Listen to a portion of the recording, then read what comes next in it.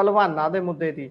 Bridge Bhushan ਨੇ challenge ਕੀਤਾ ਤੇ ਭਲਵਾਨਾਂ ਨੇ ਸਵੀਕਾਰ ਕਰ ਲਿਆ ਜੀ, ਕਹਿੰਦੇ ਲਾਈਵ ਕਰਾਂਗੇ ਜੋ ਕੁਝ ਕਰਨਾ। हाँ जी, देखो ब्रिज भूषण ने पोस्ट पा के कहा सीगा कि मैं नार्को पॉलीग्राफ लाई डिटेक्टर इत्यादि जिन्ने ये टैसट होंगे ने, बेसिकली तो तीन ही होंगे आ जे आप देखिए, बेसिकली ये तीन जिहड़े आ ज़्यादा करवाए जाते हैं, तो होंगे अलग अलग ने ये। तो इहने कहा कि बई मैं करवाउण वास्ते तैयार हाँ, बशर्ते कि भलवान भी तैयार हो जाण। तो ये एक बड़ा जबरदस्त मूव कहा जा सकता कि बई आपदे बनियो आपदे बचाव वास्ते ब्रिज भूषण ने आपदे भत्थे चो ये भी तीर कढ़ लिया, क्योंकि पहला भलवान कह रहे सन कि इहनूं कहो कि जे ये सच्चा है तो नार्को टैसट करवा लवे। इहन कहा कि मैं ते आप तैयार हाँ, बई आ जाओ हुण तुसीं मैदान दे विच आ जाओ।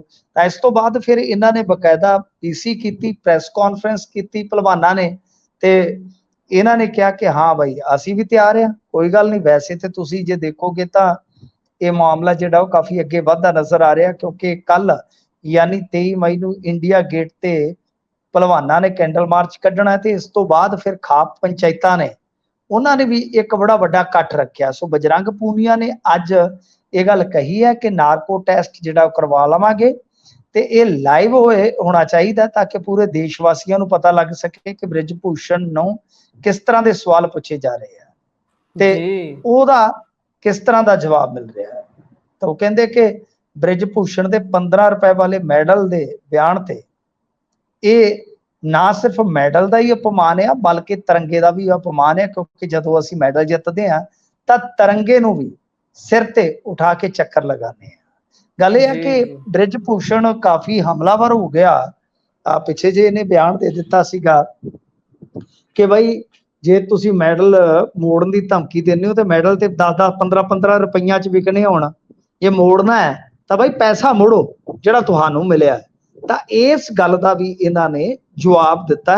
सो हुण विनेश फोगाट है जिहड़ी उन्हें भी कहा कि ना केवल विनेश बजरंग का नार्को टैसट होना चाहिए बल्कि सारे जिहड़े 7 शिकायतकर्ता पीड़ित भलवान आ उन्हां दे भी टैसट होने चाहिए, जिहदे लई वो भी तैयार ने। मतलब कि हुण मामला खासा भख गया ते ब्रिज भूषण ने भी कह दिता, इन्हां ने भी सहमति दे दिती आ ते मैनूं लगदा कि ये भी पहला फैसला हो जाना चाहिए है। सो खैर बाकी तुहानू पता है ये वास्ते एक प्रोसैस हुंदा, उस प्रोसैस चो गुजर के ये कोई इदां भलवानी वाली झंडी नहीं हैगी कि एक ने बन दी दूजे ने फड़ लई। इहदे विच एक लीगल प्रोसैस है जिहदे चो गुजरना पैंदा है। सो देखना होएगा कि की अदालती पहुंच भी हुंदी है जां इस तरह ही एक दूजे नूं बाहर ललकारिया जांदा। जी ये तो है, देश दे नौजवान